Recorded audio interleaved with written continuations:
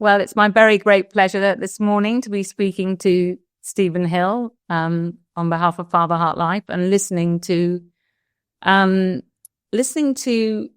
how and why he started writing a book on Ephesians. And thank you for coming, Stephen. What about the name, the Divine Blueprint? Where did that come from?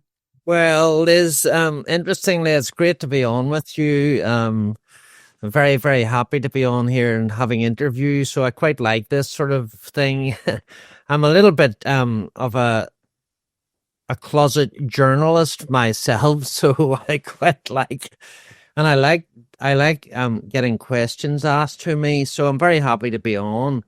But on to this book about Ephesians. Now, as for me personally, as a writer, I can say that now that the title is often the last thing that we come up with. It's often quite elusive to get the title. So for me, I've been in a way familiar with Ephesians for many, many years, and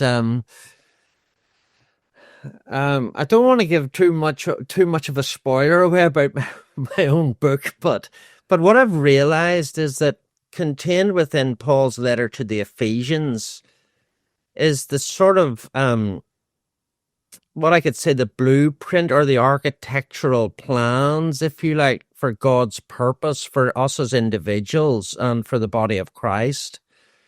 So I think that's where I came from. And for me personally, I mentioned this in the book. I was given a few prophetic words way back that people saw me dealing with blueprints. So there's something in me that likes to get down to the real essence of something. Like, for example, a building has been built, but go back and look at the architectural plans.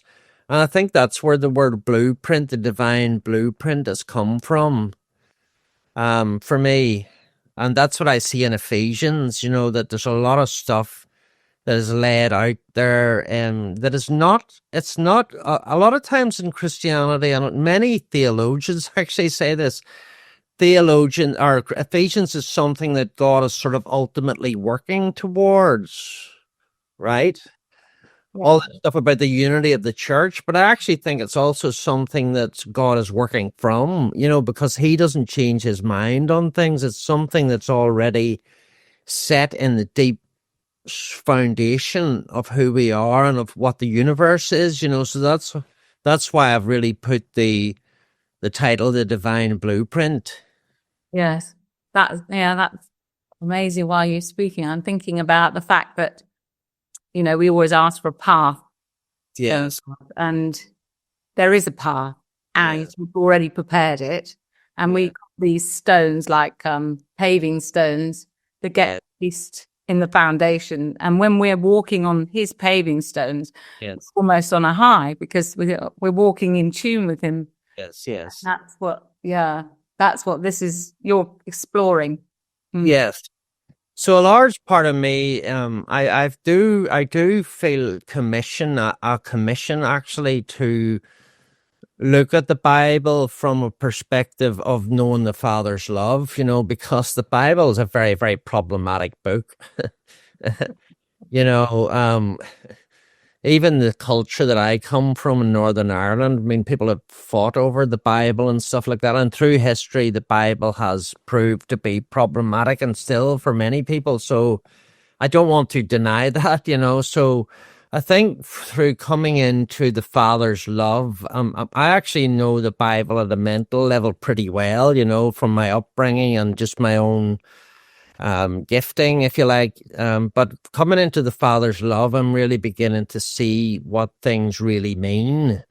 So that's why I'm committed to go through the hard work of writing some of these biblical books, so that just to give a perspective on what things mean. So for now and for the future. Yes, and your perspective. I haven't read the new one yet, but I have read. I have a hot favorite. This one. Yes. And I read it at the INS, which was in 2019 for me. And I absolutely loved it. And I bought it for my friend, and she loves it. But then I started rereading it again now, after 5 or 6 years of living in the revelation of the Father's love. And it's a whole new book again. Yeah. So the revelation has been something, well, I know they say in Fatherheart Ministries, it's the bookshelf, not the book, but it's even much, much more than that, isn't it? No, true, Liz, true. So, no, again, that I see a lot of this in the New Testament writers, and the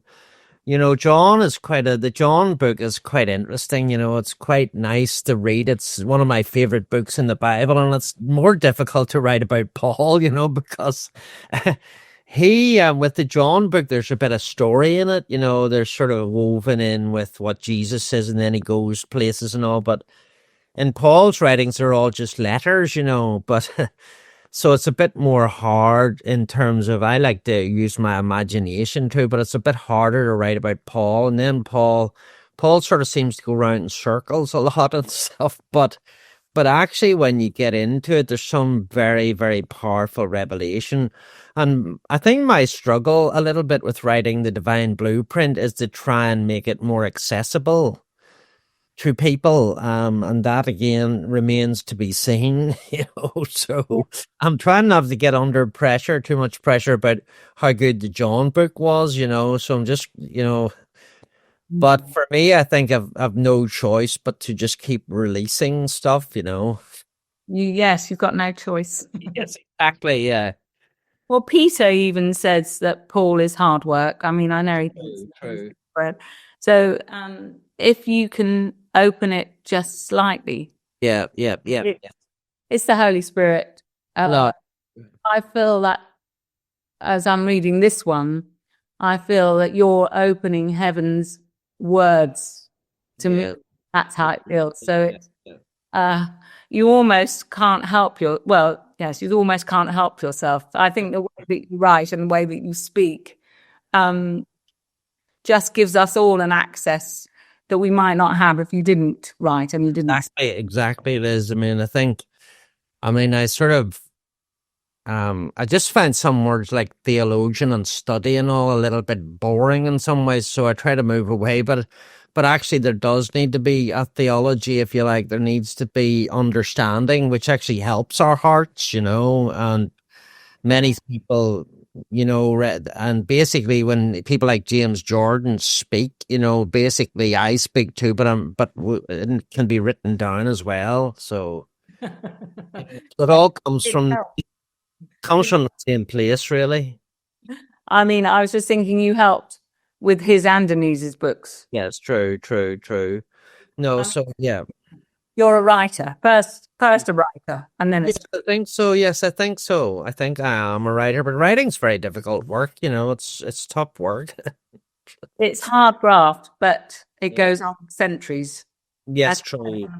Again, that I take it from, that helps me, because what I'm trying to do, I think, is to put something down that'll last for centuries, that goes not only to people within the Fatherheart revelation now, but those who are coming through, younger people and all, who actually are sensing a lot of the things that we're sensing, but they don't know how to articulate it or join the dots. And hopefully in some ways my books will help to even provide a foundation for things, Yeah.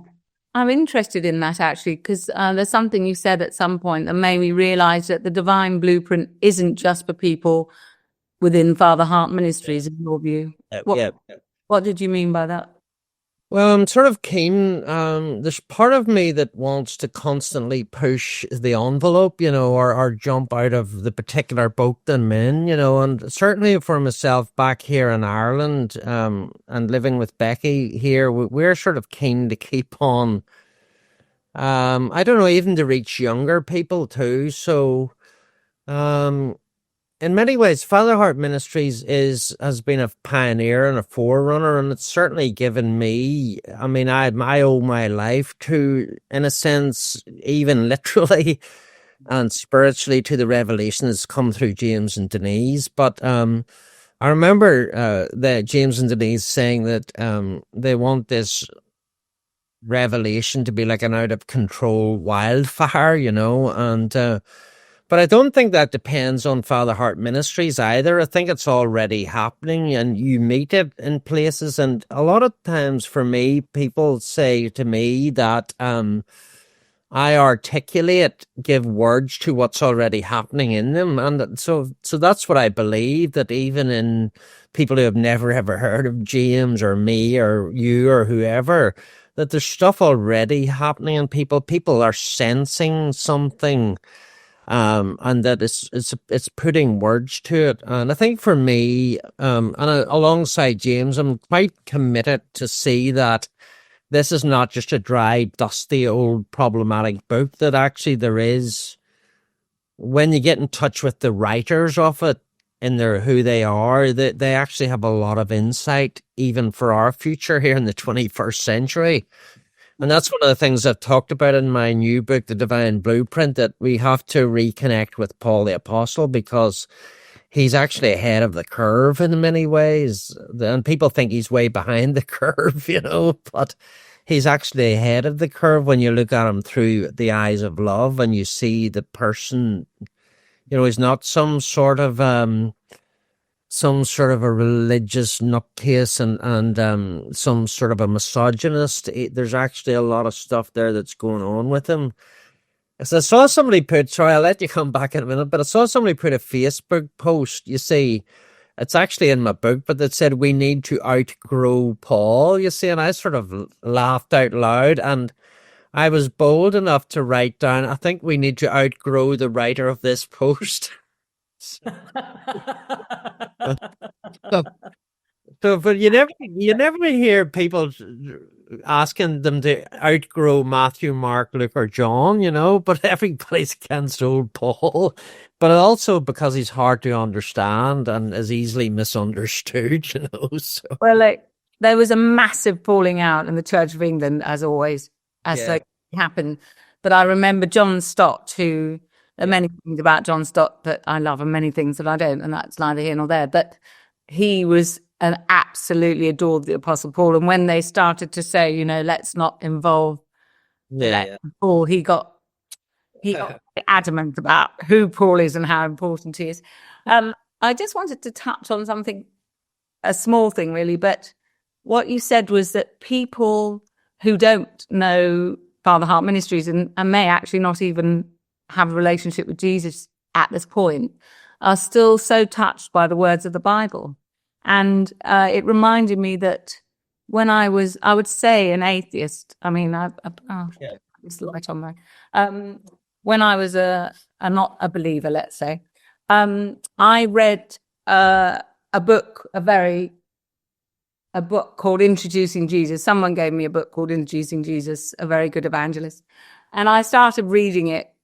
And I can remember the only thing in this whole book that's jumped out at me was John 6:36. I am the bread of life. He who comes to me will never go hungry. He who believes in me will never go thirsty. And I read those words over and over again as a non-believer, thinking, what, this man that lived 2,000 years ago said something that really resonated with my heart. And I just thought, I spent my whole life being hungry for the next thing and never feeling satisfied. And here's this man, he's nailed it, literally. Yeah. Yes. And it started my Christian journey. So I don't think we can underestimate what you've said there, that you're making it accessible to people who want to hear. They just don't know yet. Because I had some very interesting feedback from my first ever book. It's called, it was renamed as Freedom from Religion, but someone told me that they gave it to their cousin or someone who is a radical atheist, and it actually really touched this radical atheist. They said it was, that it put some things across they'd never ever thought of before, So that's sort of where I'm at. I'm sort of interested in, I think what really floats my boat is to try and understand in a way in a very small way, how the meaning behind life and the meaning behind the universe, if you like, and I think I can see that in the Bible when we get it through Revelation, and I see a lot of these things that are really relevant. I mean, even today, a lot of people are talking about caring for the environment and stuff, but actually, when we can, there's a lot of it already in here, and Christianity or the misunderstanding of Christianity is to blame in a sense for a lot of the stuff that maybe has gone wrong or something, but not completely. But if we actually get right down into the sort of life that the people were living, it is very relevant to us today, and it's becoming more and more obvious that is the case. But a lot of this stuff is what I write about, so in my book of Ephesians, and again, it's to try and give people confidence. That's in who they are as sons and daughters. Wow. Confidence. I think that is such an incredible word for me at the moment, that when we're confident, yes, where we're standing in him, and it changes the world. That's right, it does. I mean, I think that is something that again has been given to me in some ways. Obviously comfort is crucial. It's a way in, it's a foundation, but there's also confidence, that, we know who we are. I mean, one of the themes in this book, The Divine Blueprint, is, and I've actually got a section on it, it's called Discovering Our Ancestral Story. So it's about the confidence that we have of knowing where we're coming from. It's not only knowing where we're going to, it's knowing where we're coming from is what gives us confidence. It's our family identity with the Father. So. Well, it's what you said before. It's sometimes a confirmation of something we kind of understood, and then it's obvious you can't unsee it anymore. Yes, exactly. Yes, yeah. Wow. Gosh, I can't wait. So when can we buy it? Well, it's all down to it's with Tom and stuff at the moment, and I'm trying to get the two books to come out together, you see, because I have the main book and I have this workbook alongside it. Because I know that a number of people, I've had feedback that a number of people, particularly in the US, have sort of used my John book, as doing book clubs. Yeah. Already. So, and someone said to me, maybe you can come up with a workbook alongside the John book. So anyway, we decided with this Ephesians book to bring out a workbook along with it, and Becky is my co-author with it, and it just gives people a little bit of an entrance into, dealing with the book. And it's not so much a study guide. It brings up certain questions, but it also gives meditations. There's also a few graphics in it, and it also gives activations for people as well. So that's the two. I'm trying to get the two choreographed, that the two books can be put out together. So I did wonder what your workbook meant, and it sounded like something from school, a kind of exercise book, but you just said meditations and activations. I hope that's the title. I don't want to use the word study guide because I think it's boring, so okay, it's very hard to come up with some words. Meditation and activations. I think that sounds pretty profound. Yeah, so it's all, so from our point of view, we've pretty much finished it. And we're working with my typesetter, Tom Carroll, to get it all ready, and then we'll put the two of them onto Amazon. I did have a bit of trouble with Amazon, but I managed to sort of solve that. I'd actually discovered that I had an Amazon author account that had no books on it, and that was the one that I had all the trouble with. So I just closed that account, and all the trouble seemed to go away, so. When we were at the INS in 2019, you came to speak for a week, and you mentioned that you had some issues with publishing a book, and you said the Lord reminded you that you've got your angels hanging around with not much to do. Yes, the angels could help me out. Yes, that's right. I never forgot that. I often call on the angel. Yeah, that's True. the angels have helped, and you're now almost ready to go. And no pressure, Tom, who will be editing this video as well. No pressure, Tom, but we're all waiting for you, I think, by the sound of it. Well, no, it's just the connection with Amazon. It's more Amazon actually is having to do that. No, Tom's done a lot of most of the work that needs to be done. I know he's very excited about this book. Yeah, it's absolutely wonderful. Thank you very much for writing it. I know it's hard work, but it's going to change us all, and we will absolutely love it. So we're looking forward to the Divine Blueprint being published. I'm just going to quickly mention that we also have a book club starting for John on the 22nd of March. And so people, if you'd like to join Stephen's book club, it's a 6-week book club starting on the 22nd of March, every single week, Saturday afternoon in countries except Canada, where it's Saturday morning in the US. You're very welcome to join. Just sign up and join, and you will be welcome. We're looking forward to seeing you. Yeah, I'm really excited about the Divine Blueprint, Stephen, and thank you very much for talking.